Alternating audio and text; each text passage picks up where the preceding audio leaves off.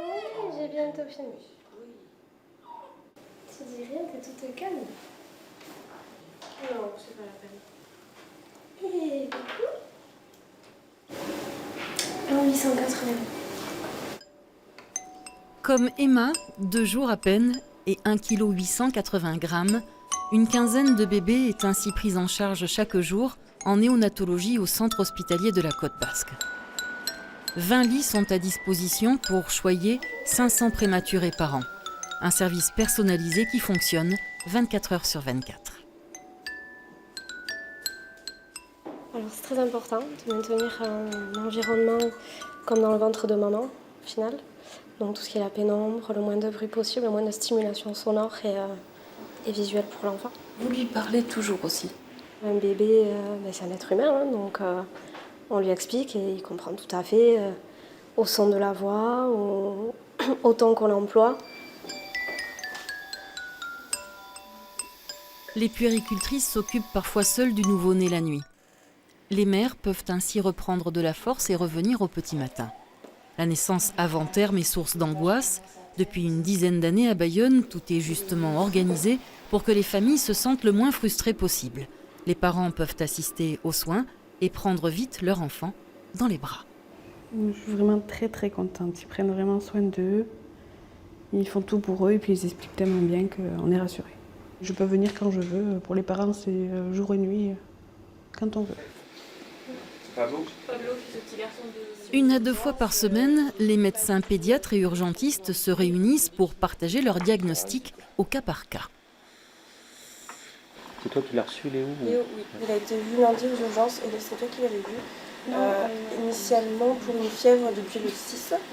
Au niveau neurologique, il était parfait, il avait un examen normal. Si l'on rajoute les aides-soignantes, les infirmières et aides ménagères, le staff compte une 50aine de salariés. Une équipe qui vise à obtenir en 2019 la certification NIDCAP, c'est-à-dire des techniques de soins pointues initiées en 82 aux États-Unis pour contribuer au développement serein du prématuré, une philosophie à la carte. Avant, on avait le biberon à heure fixe.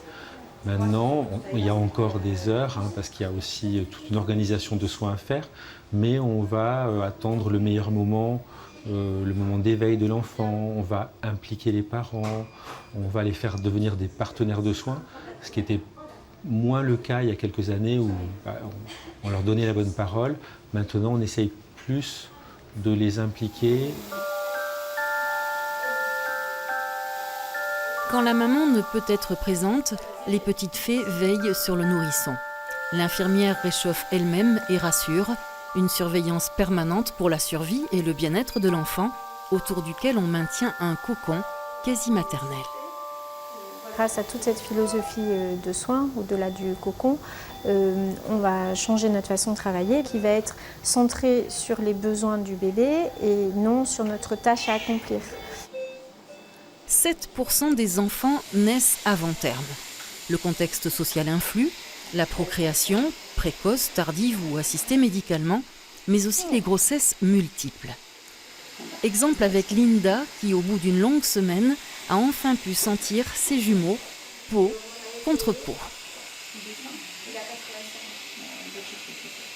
Au début, je pouvais moins faire de peau à peau avec eux parce qu'ils étaient trop fragiles en fait. Il fallait plutôt les laisser dans la couveuse tranquille.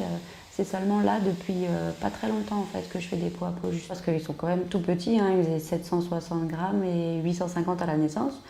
Donc maintenant, ils font déjà 1 kg, c'est déjà mieux. On pleurera quand j'aurai des choses négatives en fait. Donc pour le moment, on reste positif. Positif, les parents tentent de le rester. L'ensemble du personnel soutient psychologiquement, non-stop. Zo et Nino, c'est des petits jumeaux qui étaient nés à 26 plus 6, qui sont aujourd'hui à 31 plus 1. Chaque information, un progrès ou un souci est rigoureusement annotée et retransmise oralement. Et par exemple, elle était là hier après-midi, moi j'étais là ce matin, et du coup, il y a des choses qui se sont passées hier après-midi dont on peut discuter et réajuster des fois juste des petites choses. Et du coup, le suivi est mieux. C'est un passage de relais en fait, Voilà. il se passe plein de petits détails qui sont importants dans la prise en charge. Heureusement qu'il y a des grands-parents présents. Nous, ils font le tour du monde 3 fois.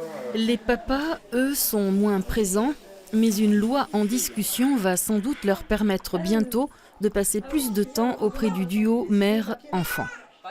Ici, la grand-mère du bébé vient épauler sa fille. La petite Aricia doit subir une intervention. Moi, j'avais à cœur d'en faire une enfant et un bébé. Voilà, déjà, moi, je les vois pas, ces câbles, ces tuyaux, tout ça. Moi, je suis sa maman, je vois mon bébé. Première tétée. C'est la première tétée? Oui, première fois qu'on est au sein.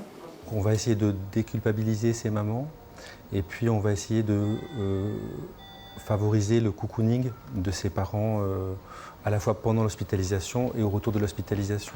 Parce que ça va être long, une intendance à la maison qui ne va pas être facile, une séparation papa-maman avec maman hospitalisée souvent avant, pendant, après. Le service de néonatologie de Bayonne suit l'enfant jusqu'au 24e mois. Mais un petit mois après la sortie du bébé né prématuré, un rendez-vous est obligatoire pour valider que tout va bien. Et là, c'est nickel. Elle regroupe ses jambes, elle les ramène bien, elle ramène ses petites mains à la bouche pour les téter. La psychomotricienne et pédiatre mesure et teste le développement du bébé en présence des parents. Ce jour-là, ces 2 petites princesses ont montré une jolie évolution. Elles racontent déjà plein de choses, elles vocalisent de façon modulée, elles accrochent bien le regard, ce qui nous montre à nous que ça se passe bien. Et également avec les postures, les mouvements. Plus les mouvements sont déliés, plus les enfants en fait, ont un bon tonus et surtout harmonieux. Emma, Aricia, Enzo, Nino et les autres, tous sont nés plus tôt que prévu. Cajolés plus tôt aussi, ils ont appris à se battre pour s'en sortir. Une bagarre impossible sans cette équipe de choc.